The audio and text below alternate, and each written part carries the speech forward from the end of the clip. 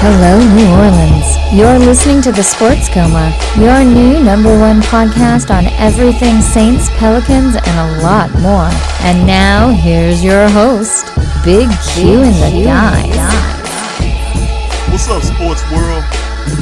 You're listening to Sports Coma with Big Q and the guys.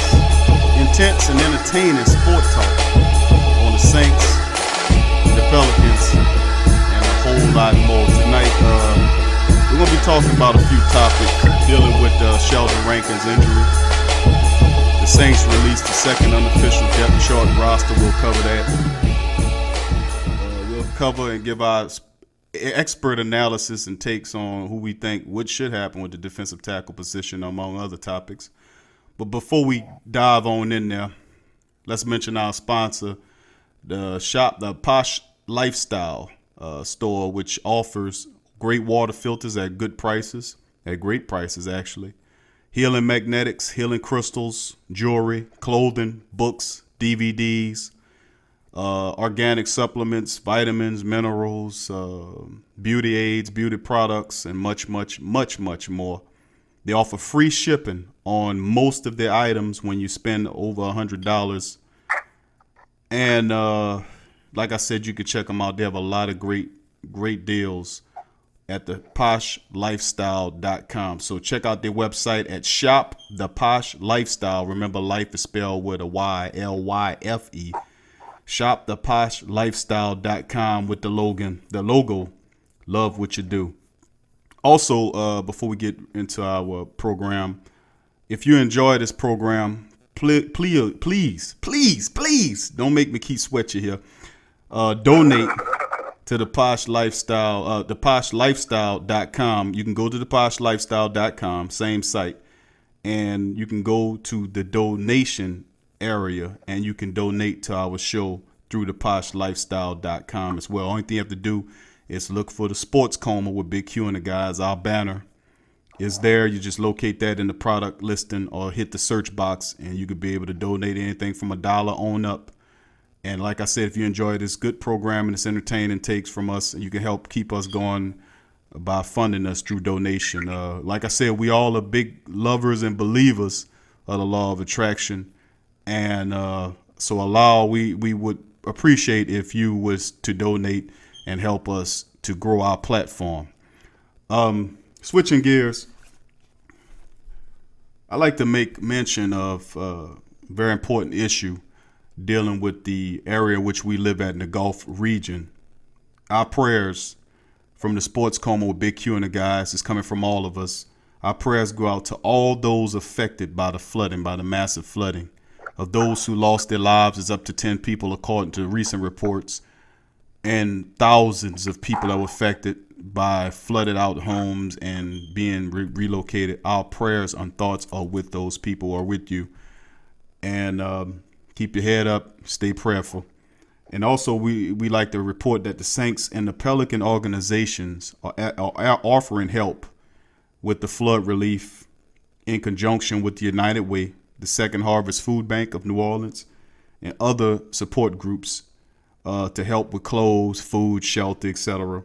So we like to give a big thumbs up and a big salute, a big Sports Coma salute to the Saints and Pelicans organizations for doing the right thing and lending a helping hand. So thank you guys. And like I said, we our prayers are with all those affected by the flood. Now, switching gears, Sheldon Rankins, Monday at practice, he broke his left fibula. Oh, Lord. He was scared. It's kind of old news right now. It happened yesterday. It's been all over the place. But he was scheduled to have surgery today in North Carolina with Dr. Robert Anderson. It's anticipated that his rehab time will be anywhere between 6 to 8 weeks, which would place him his possible return October 16th against the Carolina Panthers in the Mercedes-Benz Superdome. So we're looking at this thing and we're saying, wow, Sheldon Rankins was the best choice the Saints could have had to draft when the draft came around. We looking for the guy that was going to really just tear it up in the interior line. He was so milquetoast the last couple of years. in the center of the defense, but Sheldon Rankins was supposed to be the guy to help lead the evolution of that defense back into respectability. All right, we got two of our guys on the line to ask the question about the respectability of this young up-and-coming defense. We got DC and Black Suede on the line. How y'all doing tonight, fellas? Oh, man, doing great. Who that? Well, I'm stupendous. What's up, Saints world? As far as the defense goes, fellas, Sheldon Rankins' impact with the evolution of this up-and-coming defense, what's his impact in your take, DC? I think Sheldon's impact is huge, man. For a while, we had a problem securing the middle of our defense, and on that first level, that starts with the deep tackle position. And this was a guy that we drafted to fill that void, man. And him going down, seems like the next practice our team had, everybody was down. It was kind of lackluster. They didn't really want to hit too hard. I think they really listened to Sheldon Rankins, man. This guy was an amazing talent, man. Athletically, he's a beast, you know, but he still has a lot to learn and gain a lot of experience and wisdom. And I think maybe this time down might help him do that. But it's definitely a loss. But I don't think all is lost because we got depth at the deep tackle spot. We would be in extreme trouble if we hadn't signed Nick Farley, which I think we're feeling fine. Go ahead and pick up the slack for him until he gets back. And we also have Tyler Davidson, who's been playing amazing. So it's a loss, man, but it may be a blessing in disguise in the long run. Put him back, let him look at the clipboard, try to learn from the sideline, and I believe he'll return either in 6 to 8 weeks. If he returns in 8 weeks, that'll put him right at the Carolina game, man, at home, which would be amazing, man. The dome would be rocking, and shaking. And we almost guaranteed to take that game with all that emotional energy. So he has a real big impact on the team, and I'd love to see him out there, but I think we'll be just fine to hold down the fort in the weaker part of our schedule, which is in the beginning, without him. But I'm glad to hear that he's not gone for the season, and he'll come back right in the middle when our schedule gets extremely hard. Well, you know, I agree with you on that, DC. I think that we did the Nick Fairley move was they made it with the intentions of having Fairley to be a situational passer. They anticipated him being keeping him fresh and being a constant force in the middle. The maturation process of Tyler Davidson, a lot of people didn't know that he was going to be that guy, except for me and Big Boy, probably a few other guys. Y'all guys seen it too. But to be quite honest with you, he's really just took that other defensive tackle position from John Jenkins and threw him to the back. But Suede, answer that for me. Let me get your take on that too. Sheldon Rankins' impact, his loss. Well, with the Saints, the way the Saints defense played last year was it was horrendous. And with the addition of any big star that you may lose, with the strength and the power of a Sheldon Rankins, it's definitely going to impact your team. Which is the reason why the defense was switched. It was in a transformation, and they plugged him in and they drafted him first round at number 12. Which means they put him in there for a guaranteed reason to plug and to put to rush that interior line to get some push. With him not being there, definitely going to change the whole plan. You may have to, like you guys say, you may have to put Nick Farley in there, and he may have to take more snaps than they expected him to take. Then they're going to have to find one of the other defensive tackles to also plug him there. Should they go out and get free agents? It's not necessary, but they can. With a football team, you definitely can rely and should rely on your backups that you have, and I think they do have one, possibly two backups that they can fit in that position. That's when you have a blowout in the tire, you put some, what they call it, fixer flat. Put some fixer flat up in there and can manage it until you get to 8 games, you get to Carolina, and then you can begin to roll. And so that's the impact I feel like they'll have. Farley has to take more snaps than expected, and is going to have to rely on one of their than 3 players. Well, that's the next question. You segue us right into our next question, which is who's next up? I mean, who do we have that can fill in until Sheldon is back? Looking at the rest of the backups that we have behind Sheldon Rankins, John Jenkins, guys actually on the team. John Jenkins, Mayberry, Ashad Mayberry. We have been speaking too much about him. David Onyemata was the big defensive tackle we took with the 4th round pick out of Manitoba, Canada. A 6'4", 300-pound guy. I love to see what he can do. I know he's super strong. I know that he's a bull. I would love to see what he can do. He got a lot of snaps against New England. I love to see what he can do against this Houston club. What's your take? Or do we have the right feeling on the roster currently? What do you think about Jenkins and a few other guys that's already on the roster to fill in the spot until Rankins comes back? We're gonna start with you there, DC. You guys are really hard on my man John Jenkins. He's steadily inconsistent, but I think this is actually a position that he could probably pull off. I think you used the term serviceable. What's it? I think you used the term serviceable to describe John Jenkins in terms like he's stout against the run. Go ahead, finish your point, brother. Yeah, that is true. That is true. But John Jenkins does flash the ability of a starter in the NFL at times. So he's severely inconsistent. But I think we may be able to use him serviceably to be a fill-in as a substitute while Nick Fairley, gets his Gatorade, things like that.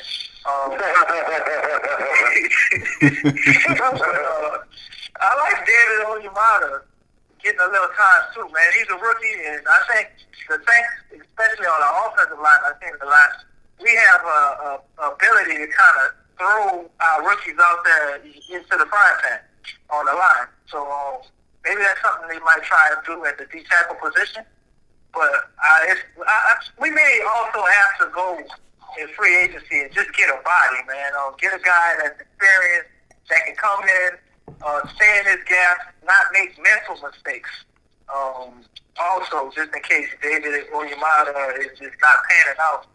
So that might be a smart move to sign guys like Cullen Jenkins, C.J. Mosley, out there to name a few. I'll probably pick up one of them. I'm not really sold on them, but I think they make a nice body and bring a football mind and some experience. There's various schools of thought dealing with that. Some people prefer to bring a defensive tackle, and similar to what they did last year when they brought in Kevin Williams. Yeah, you can call that guy, get him from out of retirement, man. He did okay with us. Well, let me ask you this before we start discussing free agent defensive tackles. Let's talk Bobby Richardson. And I'm going to let you get your take in there too, Swade, before we go to break. What's your take on Bobby Richardson, Swade? Bobby Richardson plays defensive end. He plays defensive tackle too. What's your take? Could he be a competent replacement for Sheldon Rankins? Confident? No. Hey, why not? Yeah. Hey, why not? Yeah, he's definitely a why not player. Let's not kid ourselves here. There's no answer to fix exactly what you have playing in that position. And, you can name your Davidson, you can name your Richardson, you can name your, don't talk about my mama, whatever his name is. Or your mother. Yes, I'm holding my mama too. Good luck. Look, hold on, Swade. We about to go into our first break. Swade, I'm gonna let you finish your comment on the other side of the break. But you're right. It's hard to replace a guy like Sheldon Rankins, and maybe we gotta go get a guy free agency. We'll discuss those topics on the other side of the break. You're listening to Sports Coma with Big Q and the guys. We'll be back. When winter is gone, so spring on over to We've Got It, your low-price, high-class leader. That's right, come in now and take advantage of our everyday bundle deals on any 3 bundles. 12 to 16 inches, $130. 18 to 22 inches, $155. And 24 to 30 inches, $185. We've Got It. 495 Voters Road in Slidell. 985-445-1400. That's 985-445-1400.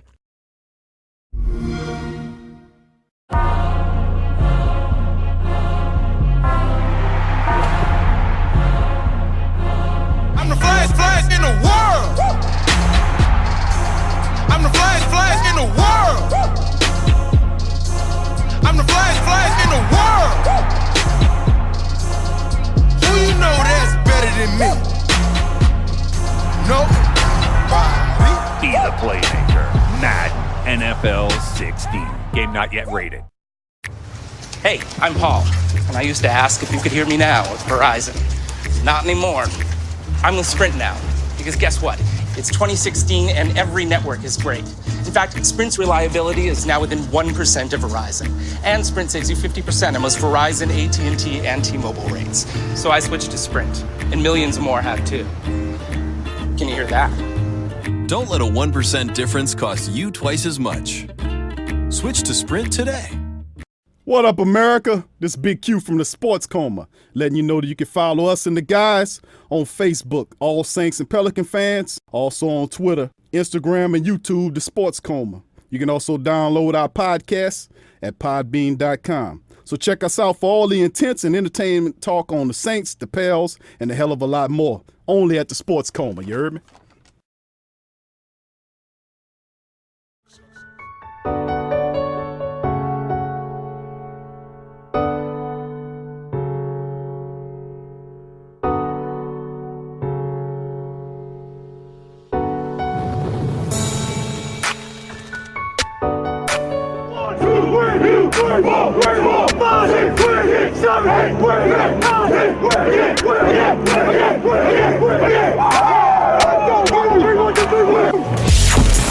Get ready, New Orleans. It's time for the Sports Coma with Big Q and the guys, telling you everything you need to know about the Saints, Pelicans, and a whole lot more. I ain't gonna say it no more.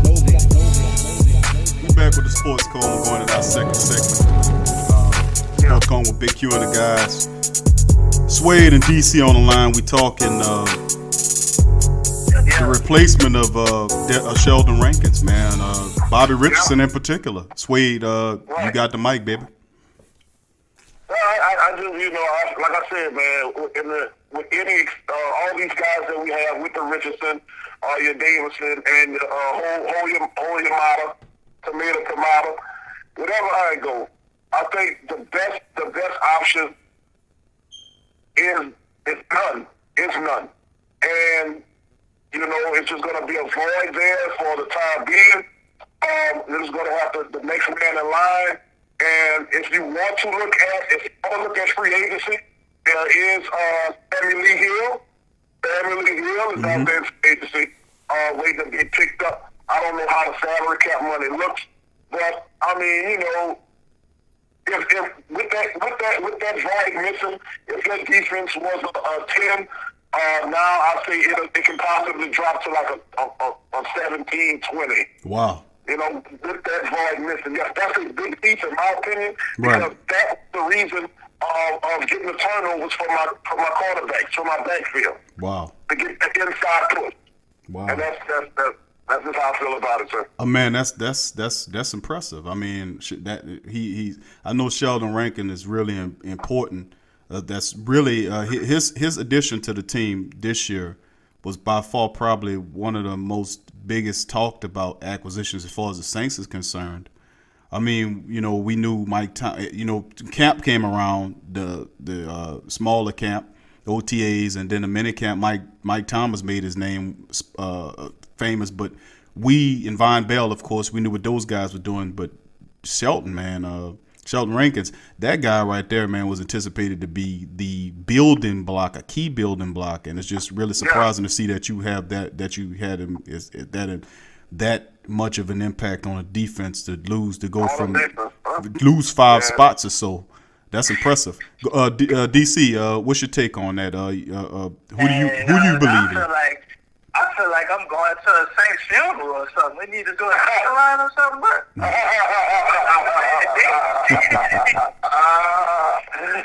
No, fellas, calm down. He's going 6 to 8 weeks.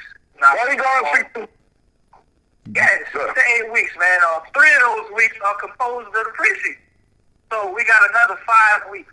We got to deal with this. I don't think that can bump our defense down from that top 10 rank my man Black Sway was talking about, but I respect your opinion, and it could go that way, worst case scenario.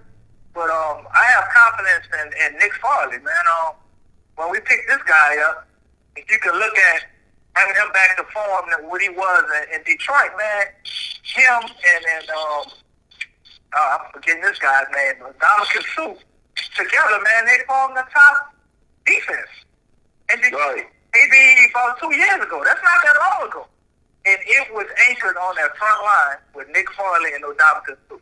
Odamaka Sue was clearly the alpha dog, but Nick Farley damn sure handled business, bro. So I don't think all is lost. Putting Nick Farley on side of Tyler Davidson, a known stud, the guy we've all been talking about maybe the last year and a half. So he's finally getting his chance, and I don't think he's going to disappoint. So I think we still going to get that pressure up the middle, but it may not be as crucial as Nick Farley out there. We might not get a pick 6 from our defense. Right, and you might be right, because if I look at the Saints schedule, when you have the Raiders, Giants, Falcons, Chargers, Panthers, Chiefs, Seahawks, 49ers, Broncos. Okay? With those teams you have upcoming without Sheldon Rankins, there is a possibility of beating more than half of those teams. So you may be right. We may not feel the effect of the loss of Sheldon Rankins. But who's to say? Let's just see when these guys come, when game day comes in the regular season, if they step up or not. I do like the acquisition. I do like the acquisition of Nick Fairley. 1 year prove-it deal. He's been operating off of 1 year prove-it deals for the past 2 seasons. I think he's sick of that. I think this year he's hungry enough to try to get him at least a 3 or 4 year deal down here, playing for the team that he grew up rooting for. So Nick Fairley to me is when his mind is right and when he's motivated properly, he is one of the most dominant defensive tackles that you will ever find in pro ball. Tyler Davidson to me is an excellent defensive tackle. He didn't have a great body of work, but last year he showed improved skills all around. He was already one of the most strongest players on the team last year and this year as well. Yeah, he is. So Davidson and Fairley together is a very nice starting defensive tackle situation. I think we were more headed toward the discussion of the rotational defensive tackle behind those guys, because that was the spot that was occupied by Nick Fairley when Sheldon Rankins was starting ahead of him. So John Jenkins, serviceable, major league inconsistent. We're looking at players like David Onyemata. I don't know what he's going to bring to the table. I know I watched film on him in college. I seen some things that he did during OTA. I know Bill Johnson, the defensive line coach, is real big on Onyemata because he's really strong. He's a kind of a bull. He got a little press to him. I seen some plays when Onyemata was holding his own, getting a little pressure up the middle, a little push on the line against New England last week. And then but speaking of going back to John Jenkins had that bone bruise and he was out. I don't know how totally healthy he is. Then you get behind him, you got guys like Bobby Richardson who can play the defensive tackle position. There were multiple articles written by different publications that specifically put Bobby Richardson as a guy that will play the position. Matter of fact, it was one of the coaches that made mention of it, that he would probably fill in some at the defensive tackle rotational position, which to me, listen, if there was any player on the Saints team that would be considered an underrated player on defense, it would be Sheldon Rankins. Bobby Richardson. Bobby Richardson to me is a guy. Last year He was undrafted. He came on the team gangbusters. He came out the blue. He started at the left defensive end position in that defense, and that's not saying much because they were pretty crappy last year. But he still was able to earn. He was still able to earn. No, it wasn't. He was still able to earn, and he played well. He wasn't a high volume sack guy, but he's a high motor quality player that gives you everything that he's got, and he just continues to get better. And I think they had a few guys on the line that we spoke about, like Tyler Davison, who really kind of got a lot of the press. But Bobby Richardson is a guy that really, really could really excel in that situational passer position. But let me ask you guys this. We'll go with you, Sway, first. The defensive tackle position. I know you named a few people. DC, you named a few people. I know y'all take. Do we stay where we gotta? Do we go get somebody to bring here? What's your quick takes on that? Go ahead, DC. All right. Well, I think we should stick with what we got, because D-tackle is a position right now they don't really have a lot of great guys out there in free agency. We probably got the best D-tackle out of them. Well, Swade mentioned Sammy Lee Hill, the big defensive tackle from Tennessee. That he's about 330 pounds. Yeah, he played Tennessee. Right.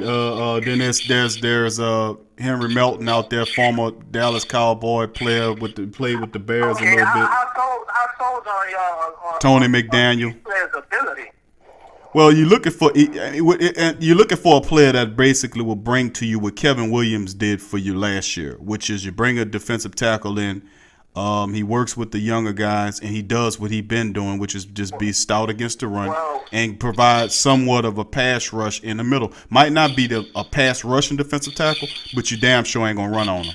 And I think that's what Kevin Williams brought, some stability with some stout against the run, and he helped educate a lot of the younger defensive tackles, which Tyler Davison gives credit to the fact that he was able to learn from a guy like Kevin Williams. Well, if we're going to get a free agent, I would say following that format, we could call Kevin Williams and get him out of retirement. If that doesn't work, then we should go maybe Cullen Jenkins. This is a guy that's about 35 years old. Okay. He's been around in 4 different teams, and he's seen a lot. He played for the Giants, the Eagles, and I believe, was it Tennessee? I think it was the Packers. The Packers?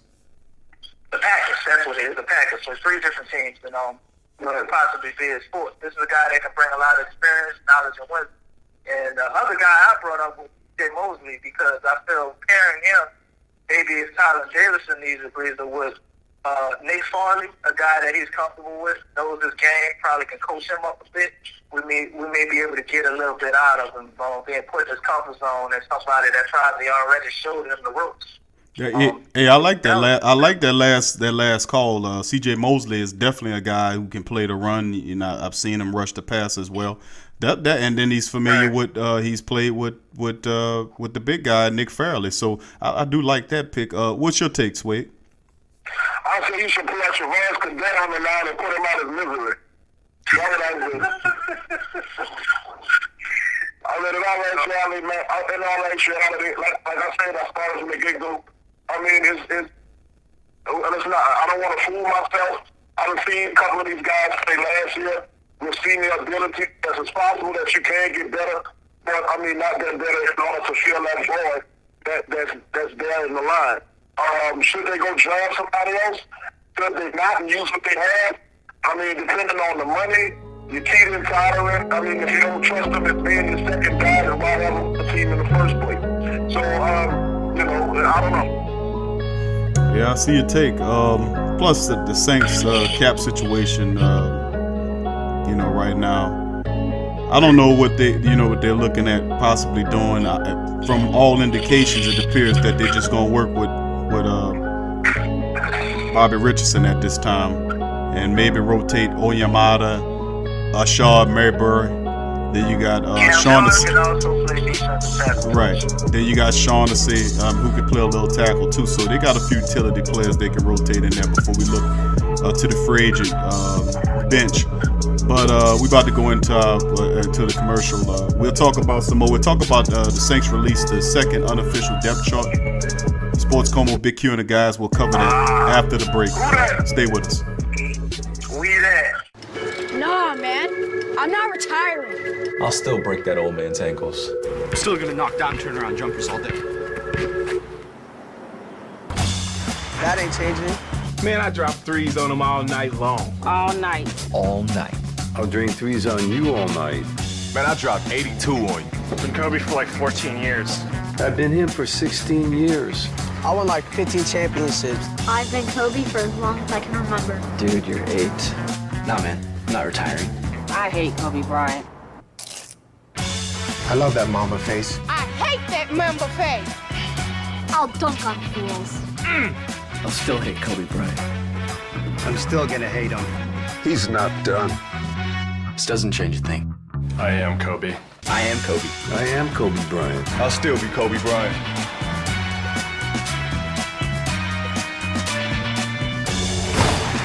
Product not yet rated.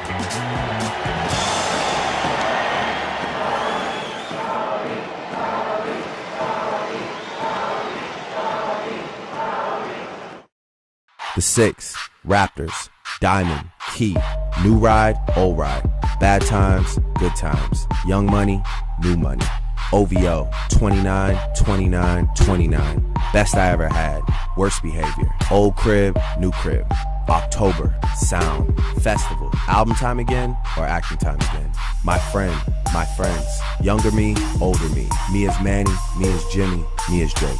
What up, America? This Big Q from the Sports Coma, letting you know that you can follow us and the guys on Facebook, All Saints and Pelican fans, also on Twitter, Instagram, and YouTube, the Sports Coma. You can also download our podcast at podbean.com. So check us out for all the intense and entertainment talk on the Saints, the Pels, and a hell of a lot more. Only at the Sports Coma, you heard me?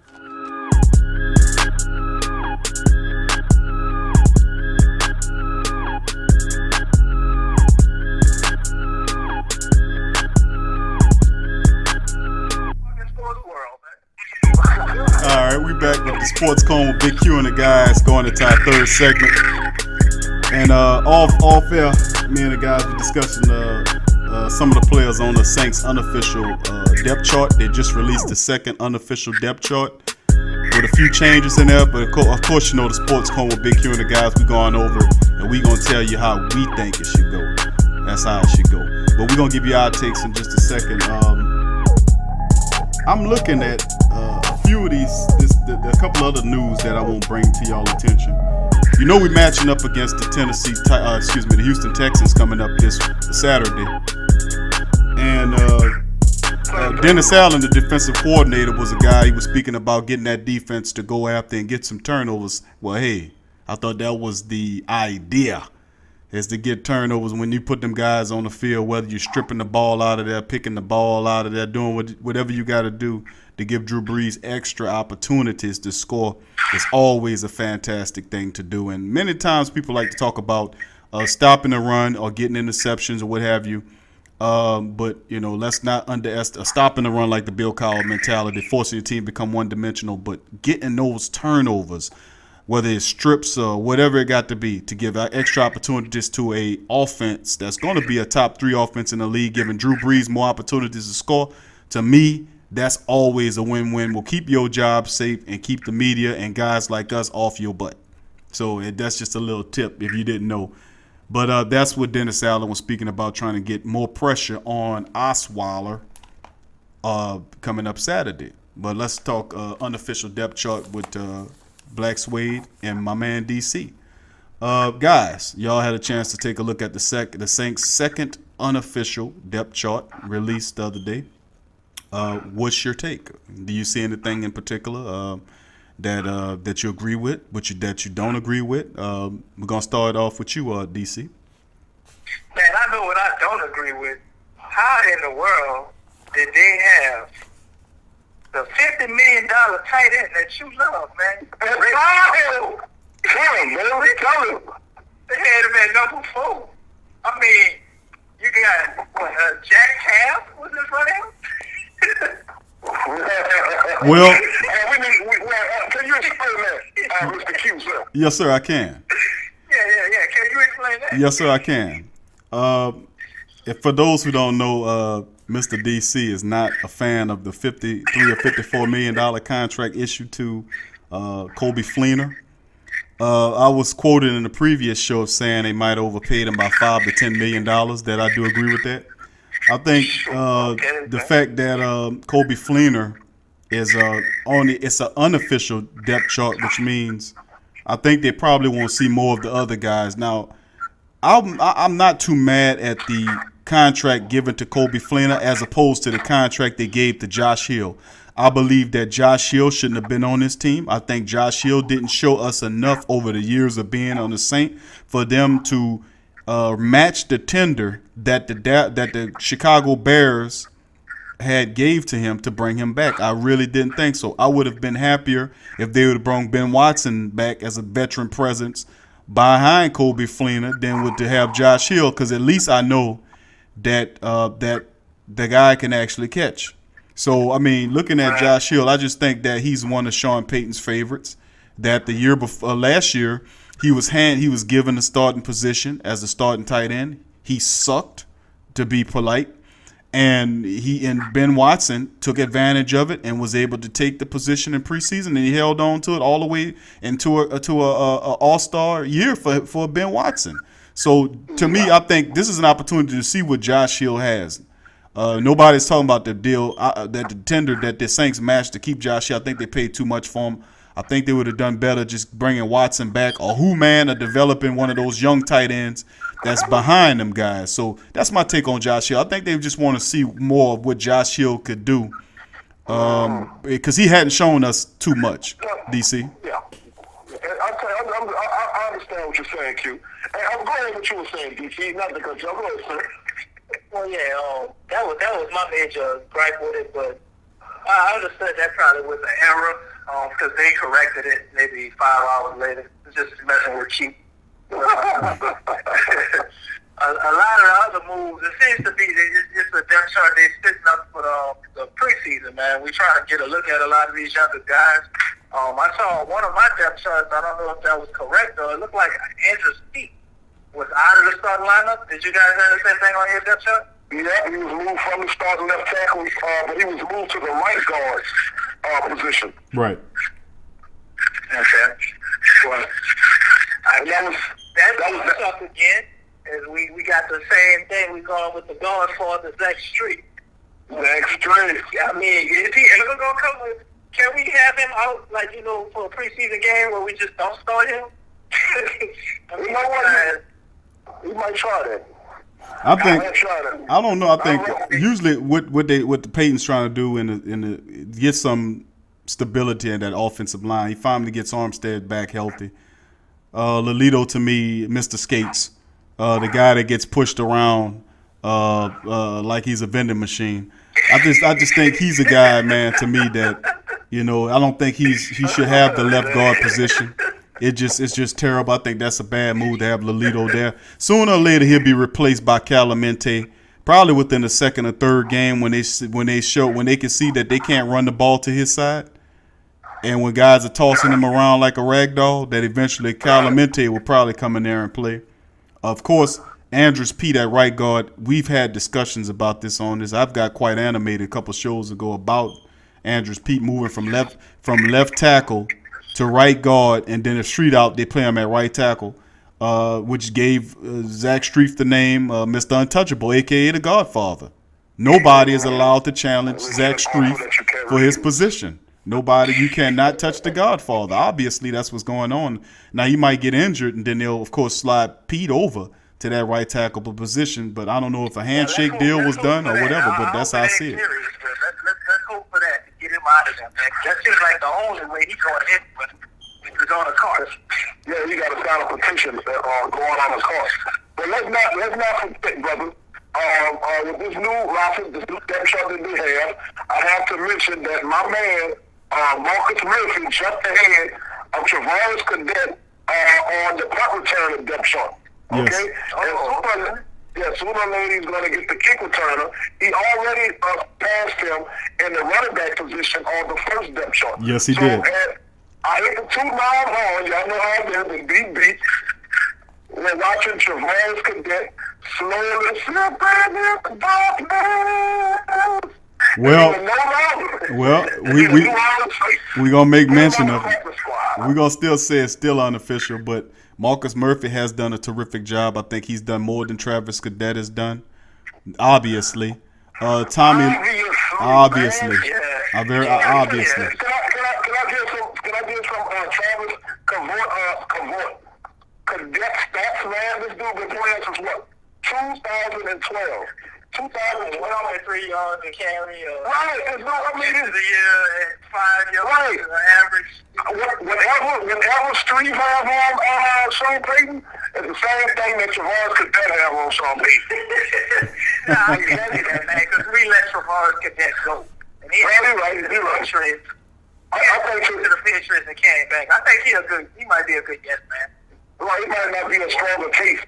He might not have that stronger case on him. You're right. But I would like to see Garrett Grayson, man, over Luke McCown after the performance Luke McCown turned in that preseason game.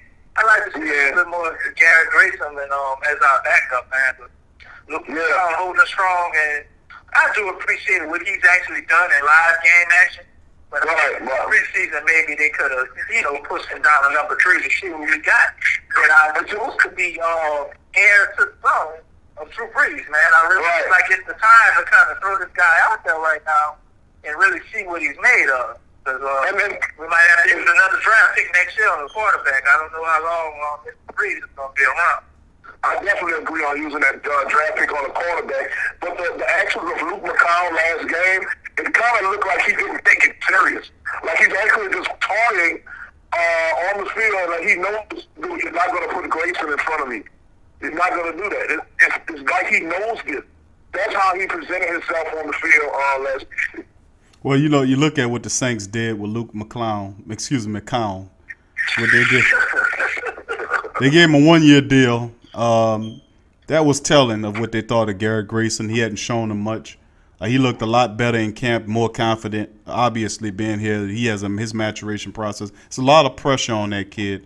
Remember, last year, the only 2 quarterbacks that were taken before him were Jameis Winston and Marcus Mariota, and those guys right now are leading franchises as the quarterbacks. So they're the cornerstone of their franchises. Grayson was the next quarterback taken behind them, and there's a lot of to me, I think he has the better fit because he's able to sit behind a future Hall of Famer and learn from him, similar to what Aaron Rodgers did with Brett Favre.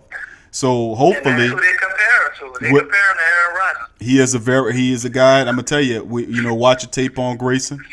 He's not he doesn't have a super strong gun front arm like some those other 2 guys we mentioned. But what they really loved about him was his ability to slide around. He's a guy that can scramble, that can pick up yards. He's very accurate from the short to middle range game. He can occasionally throw the deep bomb. He can throw the deep bomb. He's not known for it, but he's a short to medium, excellent, accurate type of passer that a guy like Sean Payton would love to have in his offense. And besides, I think, he got Grayson, but there are also rumors that, the young guy Garoppolo, who came from the university where Sean Payton played for, was a guy that he was interested in. So I don't know if he is that confident in Grayson based upon some of the stuff that I seen when they were scouting for players during the draft and after the draft when they signed Garrett Neal, then cut him before OTA started. So, like I said, I just think that they're not really that confident in Grayson, and Grayson going to have to show him something. I don't think it'll be this year unless McCown gets hurt or injured or, God forbid, Drew goes down. So, right, so we just not going to even ponder that. Right, so. What about our man, Michael Thomas, man? I'm glad to see him on football that show that the number 2 receiver on the left side. Yes. Brandon Coma was holding that spot now for a little while. That nigga was number 2. Well, look, DC, you just said a bad word, a couple of them. And I tell you what, we about to go into our third. We about to go into our break. After we come back to the break, I'll let you finish up on your points. We'll get back into it. We'll finish discussing the Saints' second unofficial depth chart on the other side of the break. You're listening to the Sports Coma with Big Q and the guys. Stay with us. Hey, this Sway. I'm about to tune you in. I'll cue you into your one-stop online shop for all your health essentials. Your vitamins, your water filters, healing magnetics, hygiene products, healing crystals, and jewelry. For all this and more, just log into theposhlifestyle.com. Once again, that is theposhlifestyle.com. There's no one road out there. No one surface. No one speed. No one way of driving on each and every road. But there is one car that can conquer them all. The Mercedes-Benz C-Class. 5 driving modes let you customize the steering, shift points, and suspension to fit the mood you're in and the road you're on. The 2016 C-Class, starting at $38,950. Is it true Ciroc vodka makes the best flavors in the world? Take one sip of the lush wildness of Ciroc Red Berry. One taste of the intense ripeness of Ciroc Peach. Even one drop of the explosive freshness of Ciroc Coconut. And the truth will come to your lips. Ciroc Ultra Premium flavors. One sip is all it takes to taste true perfection. Available in Red Berry, Coconut, and Peach. Ciroc. Nothing tastes better than the truth. Bud Light Party believes in change. That's why Bud Light has a new look, and we want to share it with everyone. From our national parks to our furthest shores, jackpot, to your living room. Look under your seats! Still the same refreshing Bud Light with a new look.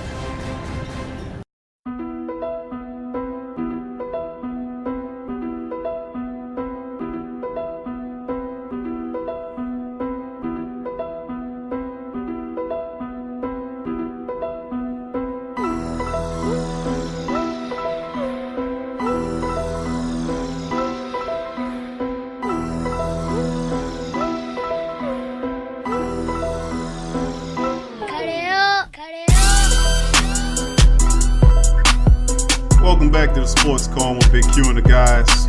We talking that Saints' second unofficial depth chart that they released yesterday.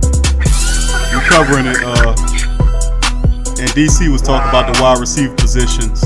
DC, go ahead, finish your topic. I was having a laugh, man, because I noticed Brandon Coleman dropped down on the depth chart, and I happened to be reading a comment from somebody on social media. And let me read the comment as quoted. It should be Brandon Coma who drops to 5. He still plays like a scared rookie. Yeah, that sounds like I wrote that. He would already be cut. It should be in this order: Cook, Snead, Thomas, Lewis, then Coleman. Thomas will eventually take the 2 spot, and Snead will play the slot. I think that's a smart Saints fan now, man. I think so. It might be me. I think that might be me wrote that comment on it.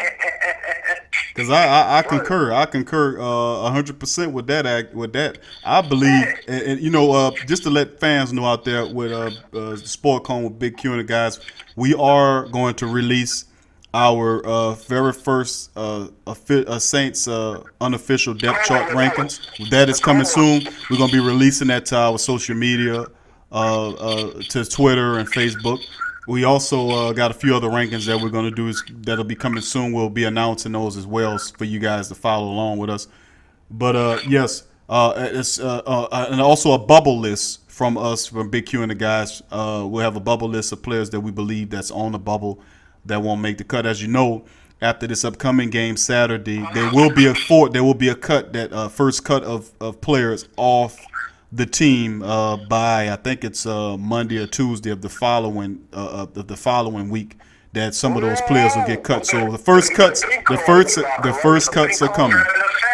The first cuts are coming. So go ahead, DC. You was running that article down. Who do you think, looking at the rest of that depth chart, who do you believe should be ahead, and who do you think should be axed? Well, I honestly honestly, I'm going to go back to the running theme we had before he left, because I know how much he loves this guy, Brandon Coma. But I think he should actually get the axe, man. We've had him for a while, maybe 3 or 4 years, man. We've got a lot of young receivers like Reggie Bell, R.J. Harris, Tommy Lee Lewis, Michael Thomas coming in. We really don't have no need for this guy, man. If he doesn't show some extreme leaps and bounds in these last couple of preseason games, I think they should go ahead and let him go. Maybe he need to go somewhere else, man. I don't know what's going on with him here. Might not be the place for him. Wait. I'm sorry for one of the very few times I'm going to have to disagree with you and Q. For the simple fact that you guys said there was no need for Brandon Coleman. The players do need water. And players do need their jerseys washed. I have to disagree. All right? Hey, Swade, if that's the case, I agree with you wholeheartedly, man. But knowing him, he probably dropped the jerseys on the ground. Mental hospital, bro, from number 2 receiver to the jersey washer. It is, but you got to look at it. I just quit if I was him. I wouldn't even subject myself to that. I mean, you lose, you get rid of Hakeem, Nicks, the giant former star wide receiver. The Saints oust him after them. They're not showing him nothing after 2 weeks. Brandon Coleman's had as of 3 years, and has really been a guy that does play, like the commenter says, like a scared rookie. Like he's not ready for it, and at this stage and that size, he should be a lot more aggressive, more confident, and everything. Megatron is right. I mean, you were 6'6". I mean, you playing against guys at least 3 to 4 inches shorter than you. Why can't you capitalize on that for whatever reason? Well, so I think this guy needs to study the law of attraction, man. Maybe in his mind he's like 4'6" or something. I don't know, bro. He does play smaller than his size indicates. He doesn't see what everybody else sees.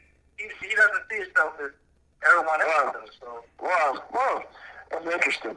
Yeah, but they got other guys that playing better than the 6'6" Brandon Coleman, which every time you mention it, that's what keeps him on the team, is the fact that he could be this potential red zone receiver that Jimmy Graham was, or that Marcus Colston turned out to be. Well, you got 3 years of the guy. You got enough sample size to determine what he's going to be. Say drops or something when you say the red zone. Well, the crazy part is Jimmy Graham was soft as well, in my opinion. I call him a soft player. So if he can't even measure the Jimmy Graham, then Jesus, this guy is superstar. He's softer than baby pool. I think Jimmy Graham was hard when he needed to be. He was hard when the ball was in the air, man. Right. He went up and get it. The stats don't lie. I don't think he was going to do that. Right. The stats don't lie. He was weak. He was weak and kind of timid in his blocking game. But when it came to attacking the football, there was no other. He was no other tight end better than him at catching a touchdown, except for maybe Gronkowski. When he was up there in terms of the receptions that year with Gronkowski, and we know Gronk is the best tight end in the league. So no other tight end was doing any better works than Jimmy Graham, but Gronkowski. So, but we're going way off the ball trying to measure Jimmy Graham to Brandon Coleman. One thing why I feel Jimmy Graham was softer than baby food was in the simple fact, it was a playoff game, wasn't against the Falcons, but the Falcons stopped him 1 yard from the end zone. He was very bad with breaking tackle. He didn't have any yards after completion, so that's why I called him soft. So back to I don't know if I could agree with that. Hey, he was very... I recall the playoff game when we played the 49ers and we needed a touchdown, and he broke a tackle and ran about 7 yards. He might have broken it up for quarterback. To get to the NFC Championship, so I can't really say that about him, man. I'm not going to call him what he ain't. We can't call him. He was good with the ball in his hands, running after the catch for our team. Seattle, maybe he is softer than Baby Pooh, because I haven't seen anything over there. They beat the hell out of him over there. Well, it's a total different system up there. They're not as prolific as what Sean Payton ran. Sean Payton's offensive made for the pass catching tight end, which is why they paid him that $50-something million. They're expecting a big year from Coby Fleener. The only thing that should stop Coby Fleener from seeing astronomical numbers is injury. So if he doesn't get injured, expect him to be one of the top 3 in receptions, yardage, touchdowns, the whole thing. But let's Can you give me a number? Give me a number. Can we get a bold prediction? Well, we'll get as we get closer to the regular season. I shall give you a bold prediction. Matter of fact, from a previous show, I did give you a bold prediction. I told you that he would catch over 700 yards. I told you that he would catch 8 or 9 touchdowns, and I also told you he'd catch over 60 balls. So I mean, you can't get. That's not too far. But that's not too far from a wide receiver. But you're talking about a tight end who played in a not so tight passing offense all those years in Indianapolis, and then you bring him and then up there knowing that he didn't play in a great offense, a great passing offense in Indianapolis, he still led the team in the tight ends with 50+ catches in 3 straight years. So I mean, he does have a level. Now you can't say that's not consistent.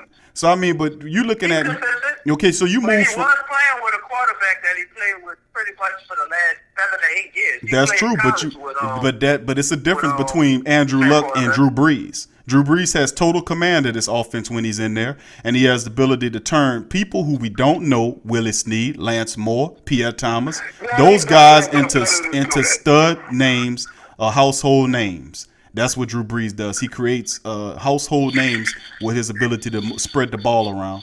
But let's go ahead. Brandon Cooks. No, Brandon Cooks is still here. He was pretty much a name coming out of college. But I do expect big things from Brandon Cooks as well this year. But addressing Brandon Coleman, the other guy, I just don't think that Why did he turn him into a household name? Well, I mean, because he don't want to be a household name. He wants to be the guy on the team that, like Wade said, that picks up jerseys, and he probably would drop them in the mud. I mean, he's just not ready. He's just not ready. You know how you have the little kid you ever seen an NSL movie with the little kid?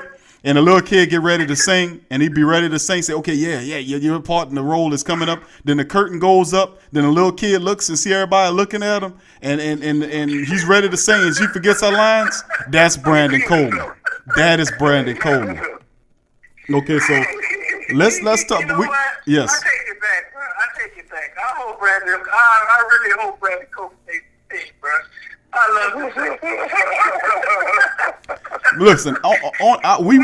Listen, Big Q and the guys at the Sports Coma, we want the very best for Brandon Coleman. Hopefully the best. If we can't get the best out of Brandon Coleman here, maybe somebody else can.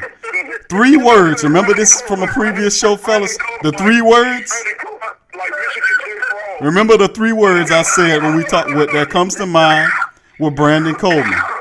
Do y'all guys remember the 3 words that come to mind with Brandon Coleman? Maybe next year. No. But that is a good one. Maybe next year. Yes. But they have but to the fact is, well, I think Brandon Coleman shouldn't make the teams because they have a lot better wide receivers that's showing up. Tommy Lee Lewis is a guy that's super fast. He has another dimension. He's a gadget player. He can play special teams. Then you got then there's other receivers that Reggie Bell looks good to me.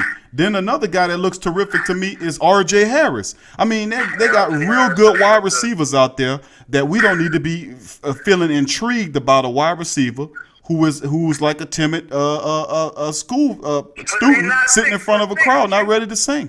They don't look the part on the bus.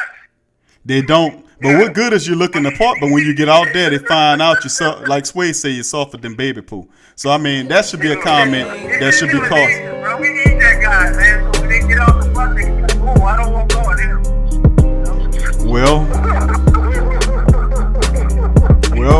I see the guys, we even try to find usages for players when it's time for them to go. Hey, Brandon Coleman, if you hear this, when you hear this broadcast, please step your game up and prove us wrong. We want you. We're not a bunch of know-it-alls here at the Sports Coma.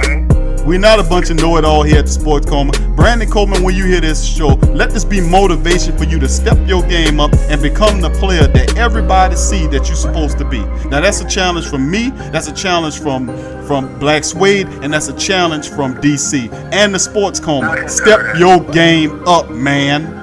And on that note, that we're about to close out the show, so well, we appreciate y'all for joining the Sports Coma tonight. Y'all guys have a blessed night. Catch us next time around. Spread the word. Please feel free to donate. Check out our social media pages, and God bless.